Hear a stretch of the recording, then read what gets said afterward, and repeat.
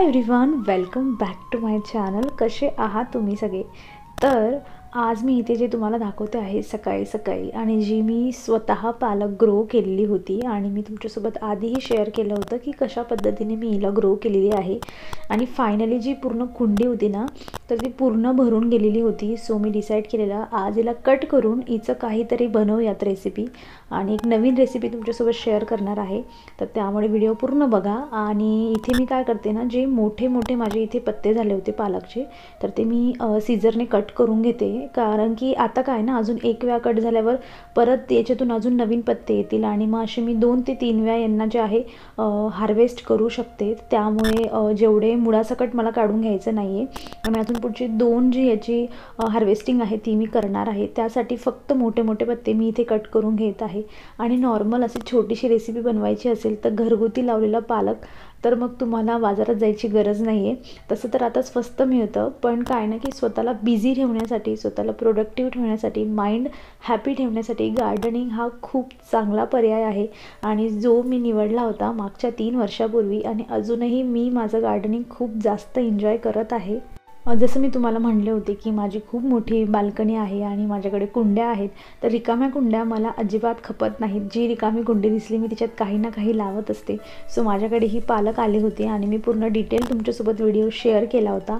So तुम्ही तो नक्की बघा, म्हणजे तुम्हाला कळेल की तुम्ही एकदा मार्केटमधून आणलेली पालक परत कशी ग्रो करू शकता. आणि ते तुम्ही बघू शकतात पत्ते किती फ्रेश दिसत आहे आणि किती हेल्दी आहेत. आणि मी जास्त काहीही केलेलं नाही आहे, काहीही त्यांना मी फर्टिलायझर वगैरे इतकं काहीही दिलेलं नाही आहे, जस्ट पाणी दिलेलं आहे.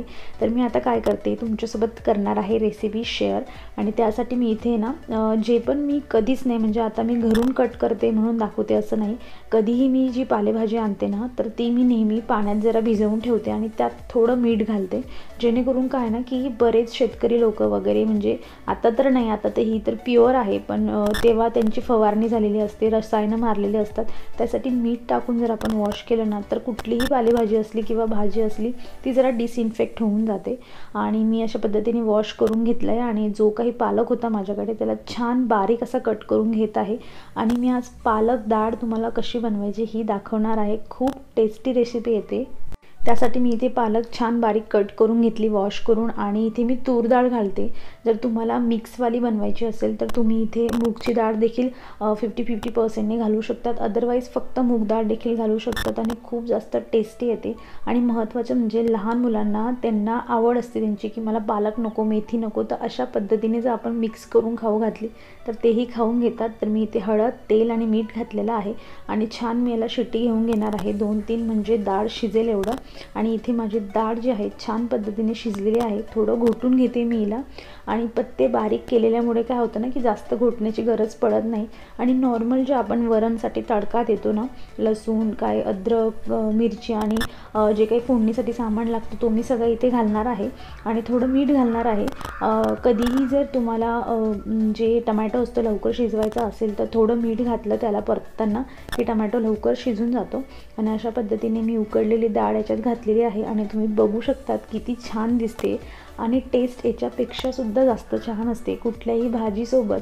अदरवाईज नुसता डाळ भात खायचा असेल तरी तुम्ही हा हेल्दी ऑप्शन चूज करू शकता.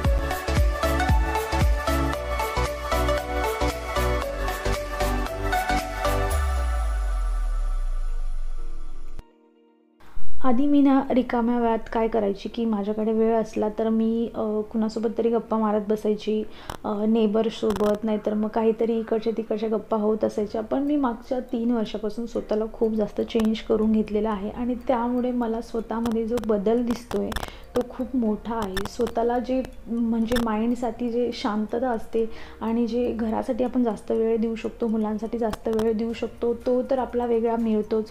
पण एक आपल्या माइंडला एवढं रिलॅक्स वाटतं की कसलंही टेन्शन न घेता जस्ट आपण आपल्यात राहणं आणि मस्त राहणं. यासाठी काय करायचं आहे तर मी तुम्हाला त्यासाठी माझा आजचा दिवस तुमच्यासोबत शेअर करते, जेणेकरून तुम्हाला अंदाज येईल की आपण कशा पद्धतीने स्वतःला कामात हॅपीली गुंतवून ठेवू शकतो. म्हणजे आपण ह्या निगेटिव्ह ज्या वाईब्स आहेत किंवा निगेटिव्ह लोकांपासून आपण दूर राहूयात. आणि त्यासाठी मी काय करत असते, मी घरातले छोटे मोठे कामं हे दिवसभर करत असते आणि त्यांना मी एन्जॉय करत असते. महत्त्वाचं म्हणजे आता जसं तुम्ही इथे बघत आहात माझे जे तेलचे जार वगैरे होते यांना मला क्लीन करायचे होते आणि मी वाट बघत होती की हे खाली होतील आणि मग मी करेल, पण ते एक खाली होईल तर एक होणार नाही आणि एक एक करून माझ्याने घसले जाणार नाही. सो मी असंच घेतलं की छान असंच टाईमपास पण होईल आणि महत्त्वाचं म्हणजे क्लीन पण होऊन जाईल. आणि मी इथे नॉर्मल जे आपलं क्लिनिंग डिश लिक्विड असतं त्याच्याने छान क्लीन करून घेते आणि वरच्या बाजूने पाणी न घालता खालच्या खाली वॉश करून घेते. आणि तेवढ्या गोष्टीने एक म्हणजे तुमचे जे 10 मिनटं आहेत ते तुमचे जातील आणि जो कामाचा आनंद असेल तो तुम्हाला घेता येईल आणि जो रिझल्ट असेल एक क्लीन असे तयार झालेले भांडे किंवा बरणी जे काही तुम्ही करताय ते क्लीन झालेल्याचा आनंद नंतर तो काहीतरी वेगळाच असतो. आणि आपण महत्त्वाचं म्हणजे आपण बिझी असतो, स्वतःला प्रोडक्टिव्ह ठेवत असतो, आपली बॉडी काही ना काही हालचाल करत असते. त्यामुळे काय होतं की आपली एक लाईफ एक सेट होऊन जाते आणि आपण निगेटिव्ह व्यक्तींपासून दूर राहत असतो. आणि मी आता इथे वॉश केल्यानंतर त्यांना थोडं उन्हात ठेवून देते जेणेकरून ते नॅचरली सुकून जातील. तुम्ही पाहिलंत की जी तेलाची बॉटल होती मी त्याची वरची जी नोझल असते ते काढलं नव्हतं, त्यामुळे थोडंफार जर पाणी गेलं असेल त्यात तर ते पण सुकून जाईल छान उन्हात. म्हणून मी त्यांना छान इथे कापड वगैरे अंथरून ठेवून दिलेलं आहे जेणेकरून पिया आल्यावरती पाडणार नाही आणि पडलं तरी फुटणार नाही.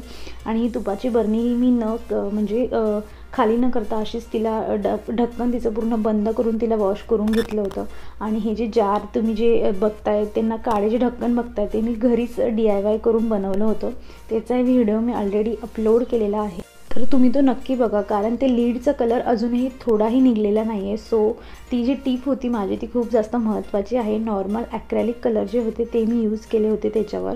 आणि आता मी काय करते की आता मला जे माझं सिंकचा एरिया होता ना तो थोडा मी मागच्या वेळेस बी थोडा डेकोरेटिव्ह केला होता, पण आता म्हटलं थोडा व्यवस्थित त्याला करूयात. आणि त्यासाठी माझ्याकडे IKEAचं हे जे सोप डिस्पेन्सर होतं ना हे पडलं होतं, म्हणजे मी IKEAतून आणल्यानंतर जसं तसं पॅक करून ठेवलेलं होतं. सो मी त्याला इथे आज फायनली ओपन केलं आहे आणि म्हटलं एकामध्ये सोप ठेवूयात आणि एकामध्ये डिशवॉश लिक्विड ठेवूयात जेणेकरून दोघंही दिसायला व्हिजिबल व्यवस्थित दिसेल. आणि जसं मी तुम्हाला मागच्या व्लॉगमध्येच आय थिंक बोललेली की माझं ओपन किचन आहे त्यामुळे डायरेक्ट मेन ज्या गेटमधून डायरेक्ट दिसत असतं किचन आणि मग तो लुक जरा व्यवस्थित व्हावा म्हणून थोडं डेकोरेटिव्ह पर्पजने काहीतरी इथे मी स्वतःला गुंतवून ठेवत आहे महत्त्वाचं म्हणजे. आणि हे जे माझे खाली झालेले जे बाथरूममध्ये ठेवावे लागतात, दोघी बाथरूममध्ये लागतात, परत किचनमध्ये लागतं, त्यामुळे त्यांनाही माझं इथे फील करून झालेलं आहे. एक जे मी डिशवॉश लिक्विड भरलं आहे ना तर मी काय केलं आहे त्याच्यात थोडं लिक्विड टाकलं आहे डिशवॉशचं आणि थोडं पाणी मिक्स करून ठेवलं आहे, म्हणजे प्रत्येक वेळा घेताना मला जे ना प्रत्येक वेळा पाणी मिक्स करायची गरज नाही पडणार. आणि जो कोपऱ्यातली थोडीशी जागा रिकामी होती ना तुम्हाला पुढे समजेल तर मी तिथं म्हटलं काहीतरी थोडी अजून ग्रीनरी ॲड करावी म्हणून मी अशी छोटी काचेची बॉटल घेतलेली आणि त्यात जे होते ना थोडे मनी प्लांटची ही नवीन व्हरायटी होती माझ्याकडे आणि मी हे पाण्यात लावून दिलेलं आहे. आणि आता जरा लुक व्यवस्थित वाटतो आहे, म्हणजे दुरून छान दिसेल आणि हे जागच्या जागी सगळं ठेवून देते आणि व्यवस्थित फील असले की मग यूज करायलाही म्हणजे इच्छा होत असते किंवा खाली असलं तर मग आपलं यूज होत नाही, हँडवॉश व्यवस्थित होत नाही महत्त्वाचं म्हणजे. आणि आता जे काही मी जार वॉश करून ठेवले होते इथे ते सगळे वाढलेले आहेत, सगळ्यांना फील करण्याची वेळ आलेली आहे. आता क्लीन केल्यावर एवढे भयानक छान असे चकचकीत दिसत आहेत ते जे मी कॅमेऱ्यात पण कैच नाही करू शकत आहे. आणि आधी आणि बिफोरचा जो मी तुम्हाला लुक दाखवला असताना तेव्हा कळलं असतं की क्लिनिंग किती महत्त्वाची असते. तर हे माझं मिठाचं जार आहे आणि मी जनरली मीठ हे काचेच्या बरणीतच ठेवते कारण की मग प्लास्टिकच्या बरणीमध्ये ते काय रिॲक्शन होत असते त्याची. सो दोघंही मी वापरायचं आणि स्टोअर करून ठेवायचं, दोघांनाही काचेच्या बरणीत ठेवत असते. आणि हे माझ्याकडे जे ऑइल मी मागच्या वेळेस जे कच्ची घाणीचं असतं तर हा जो ब्रँड आहे तर म्हणजे नॉट जस्ट ब्रँड पण मी हे वूड प्रेस मागवलेलं होतं, थोडं कॉस्टली होतं नॉर्मलपेक्षा, पण वूड प्रेस हे चांगलं असतं कुठलंही रिफाईंड ऑइल वापरण्यापेक्षा. वूड प्रेस नाही तर कोल्ड प्रेस कधीही चांगलं असतं, तो तुम्हीही त्याकडे थोडं वळण्याचा प्रयत्न करा. आणि इथे माझे जे बरण्या होत्या व्यवस्थित भरून झाल्या आहे, जागच्या जागी ठेवून देते. आणि क्लीन बरण्या कशाही ठेवा तुम्ही त्यात चकाकतातच.